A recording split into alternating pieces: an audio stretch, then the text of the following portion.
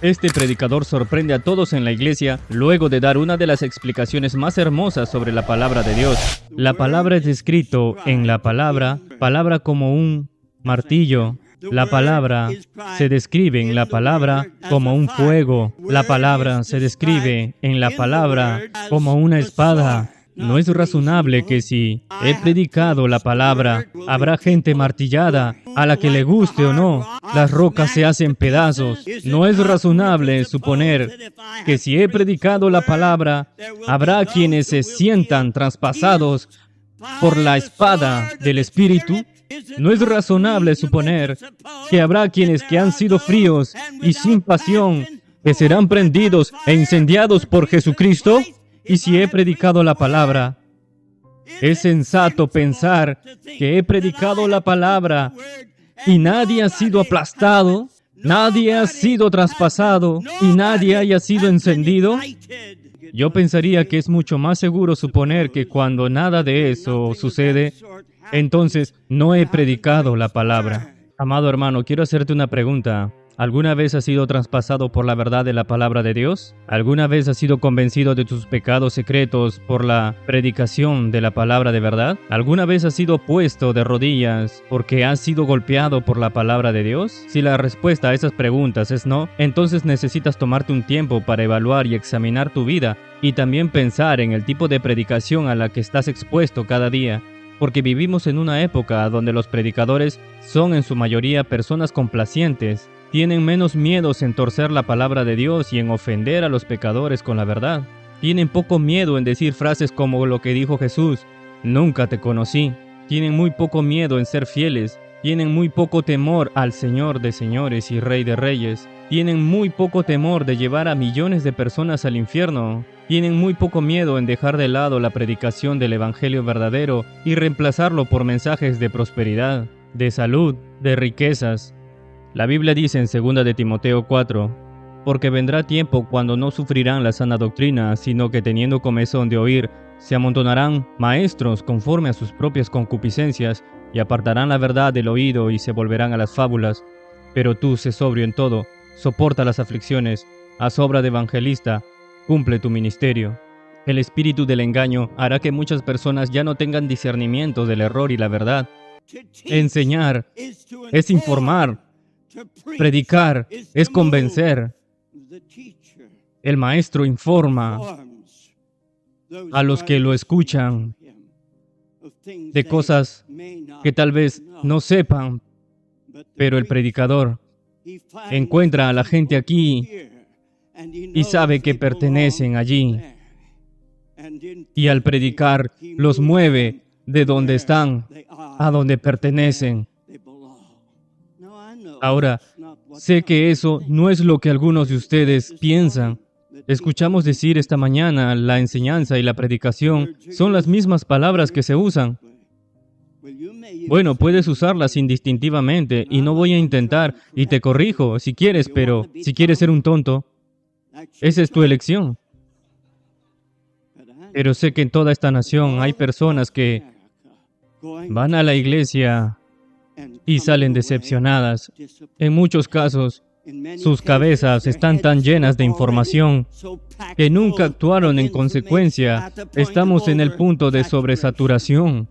Quiero hacerte una pregunta para ver si realmente estamos entendiendo el propósito de la predicación. ¿Qué se supone que es un predicador? ¿Se supone que es una celebridad? ¿Una figura pública famosa? ¿Alguien que está en el escalón más alto de la sociedad con mucho poder y riqueza? ¿Se supone que es un multimillonario con jets privados? ¿Se supone que es un rey a quien se le tiene que servir? El mismo Señor Jesucristo dijo a sus discípulos en Mateo 20:28, como el Hijo del Hombre no vino para ser servido, sino para servir y para dar su vida en rescate de muchos. Jesús también dijo en Mateo 8, las zorras tienen guaridas y las aves del cielo nidos, mas el Hijo del Hombre no tiene dónde recostar su cabeza. Ahora, nuevamente te pregunto, ¿el predicador se supone que es un orador motivacional que hace sentir bien a la gente o que le da consejo a la gente sobre su vida financiera? ¿Cuál es el papel de un predicador? ¿Es un comediante que los hace reír? ¿O es alguien que apuntala un escenario para poder ofrecer una presentación los domingos por la mañana Hermanos, no les voy a decir lo que tiene que hacer o dejar de hacer un predicador, pero la palabra de Dios nos dice las características de un predicador. Las Escrituras nos exponen el propósito del predicador. En Romanos 10, porque todo aquel que invocare el nombre del Señor será salvo. ¿Cómo pues invocarán aquel en el cual no han creído? ¿Y cómo creerán en aquel de quien no han oído? ¿Y cómo oirán sin haber quien les predique? ¿Y cómo predicarán si no fueren enviados? Como está escrito, cuán hermosos son los pies de los que anuncian la paz, de los que anuncian buenas nuevas. Según la palabra de Dios, el predicador es aquel que es enviado por Dios para proclamar las buenas nuevas, para que las personas puedan ser convertidas de sus pecados y en su convicción invoquen el nombre del Señor para su salvación. Encuentro que las personas tienen hambre de ser motivadas por la palabra de Dios y por el Espíritu de Dios, desde donde están hasta donde pertenecen. Y me pregunto, ¿cuántos predicadores aquí están predicando y no enseñando? No me malinterpreten, no estoy diciendo que no debamos enseñar. Es una parte vital del trabajo del ministerio. De hecho, muchas de nuestras primeras iglesias de Nueva Inglaterra tenían su personal tanto un predicador como un maestro. Pero sé absolutamente que hay diferencia entre estar informado y ser conmovido. Segunda de Timoteo capítulo 2. Procura con diligencia presentarte a Dios aprobado, como obrero que no tiene de qué avergonzarse, que usa bien la palabra de verdad, mas evita profanas y vanas palabrerías, porque conducirán más y más a la impiedad, y su palabra carcomerá como gangrena. El predicador tiene que ser humilde, alerta, vigilante y de espíritu sobrio. El predicador no debe avergonzarse de la palabra de Dios. El apóstol Pablo nunca tuvo miedo de proclamar el Evangelio, ni se avergonzó de decirles a los pecadores que se arrepientan de sus pecados. Pablo dice en Romanos capítulo 1, porque no me avergüenzo del Evangelio, porque es poder de Dios para salvación a todo aquel que cree, al judío primeramente y también al griego. Sabemos que Pablo le dejó claro a Timoteo que predicara la palabra. Pero quiero hacer una pregunta muy significativa. ¿Cómo sabes si lo que has hecho es predicar la palabra o lo que en realidad has hecho es predicar de la palabra o acerca de la palabra? ¿Te queda claro que hay una diferencia entre predicar la palabra y predicar de la palabra y predicar acerca de la palabra? Ahora sé que muchos ministros creen que es la cabeza la que cambia el corazón. Así que si puedes cambiar la mente en su sermón, seguramente cambiará el corazón. Bueno, ya he dicho suficiente sobre ser tonto. No necesito repetirlo, pero ¿cómo afecta el corazón hacia el cerebro? Eso es un Dios muerto. ¿Y cómo puede un serio proclamador cristiano de la verdad divina, de discernir si ha predicado la palabra o si simplemente ha predicado sobre ella o sobre ella? Existen predicadores que tienen miedo de predicar toda la verdad de Dios. Tratan de evitar estratégicamente ciertas doctrinas como el infierno, el pecado y el arrepentimiento. Están tan preocupados por sus resultados. Están tan preocupados por su popularidad y el número que vienen a sus iglesias. Están tan preocupados que evitarán estratégicamente hablar de estas cosas. La verdad del Evangelio les incomoda. Primera de Corintios 1, porque la palabra de la cruz es locura a los que se pierden, pero en los que se salvan, esto es, a nosotros, es poder de Dios. Amado predicador, debes permanecer firme en la palabra de Dios para predicar la palabra y estar listo a tiempo y fuera de tiempo para reprender, exhortar, animar con paciencia y enseñar. El predicador necesita ser sobrio en todo y esforzarse en hacer la obra de evangelismo, de cumplir su ministerio de manera fiel. Les digo que la forma en que la palabra habla de sí misma es una ayuda increíble en este asunto. Ahora, hay muchas frases bíblicas a las que podría referirme. El tiempo y las circunstancias harían imprudente tratar de cubrir todas las posibilidades. Déjenme mencionar solo 3. La palabra es escrito en la palabra como un martillo. La palabra se describe en la palabra como un fuego. La palabra se describe en la palabra como una espada. ¿No es razonable que si he predicado la palabra, habrá gente martillada, a la que le guste o no, las rocas se hacen pedazos? ¿No es razonable suponer que si he predicado la palabra, habrá quienes se sientan traspasados por la espada del Espíritu? ¿No es razonable suponer que habrá quienes que han sido fríos y sin pasión, que serán prendidos e incendiados por Jesucristo?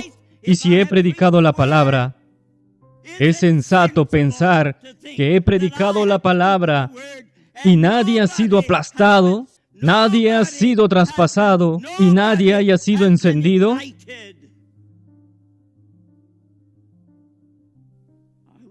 Yo pensaría que es mucho más seguro suponer que cuando nada de eso sucede, entonces no he predicado la palabra.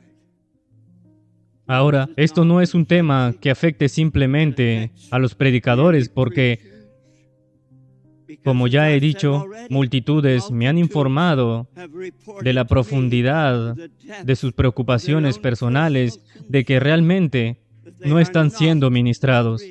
A veces me pregunto por qué en la iglesia habrá tanto desorden. Se supone que es la novia de Cristo, pura, inmaculada, vestida de pureza. Es por el contrario, vemos muchas iglesias manchadas. Cuando la iglesia no está comprometida con la obra de Dios, es porque hay un predicador en el púlpito que no está comprometido con la novia de Cristo. Lamentablemente muchos predicadores se han contaminado, predicadores que deberían ser los que llevan la palabra de luz a un mundo oscuro y perverso. Han cambiado su luz por los placeres de este mundo, han cambiado su sal, han cambiado completamente las cosas que son eternas por las cosas temporales y vanas de este mundo. Oh, bueno, tú dices, esa es la iglesia de otra persona. Bueno, tal vez. Pero, ¿qué pasa si es tu iglesia? ¿Qué pasa si crees que estás haciendo lo que Dios le ordenó a Timoteo que hiciera a través de la pluma de Pablo y no lo estás haciendo en absoluto, a pesar de que crees que lo estás haciendo? Creo que la predicación es una gran responsabilidad. Creo que vamos a tener que responder ante el Señor por lo que hacemos en términos del púlpito. Y quiero preguntarte si estás preparado para presentarte ante tu Dios y explicarle por qué nadie es encendido cuando predicas, por qué nadie es aplastado cuando predicas, por qué nadie es traspasado por la espada del Espíritu. Ahora, no estamos hablando de algún tipo de rango superior de predicador, de extraordinario llamado y proporción. De lo que estamos hablando, el conjunto de los que dicen estar llamados a predicar.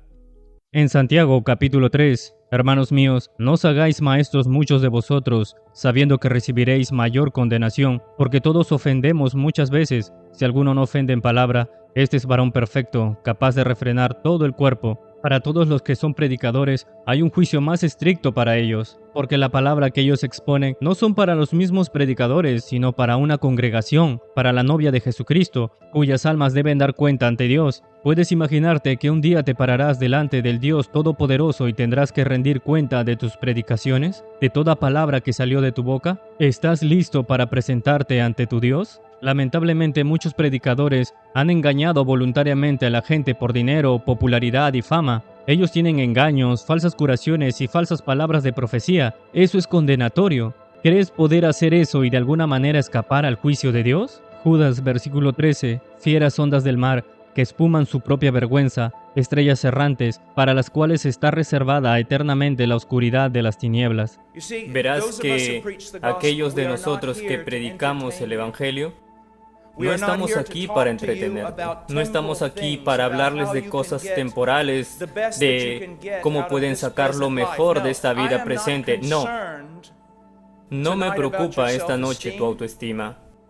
No me importa si su billetera o su chequera se equilibran o no. Me preocupa una cosa. Un día, todos acá y cada uno de vosotros estaréis desnudos ante un Dios santo y seréis juzgados. Esa es mi gran preocupación.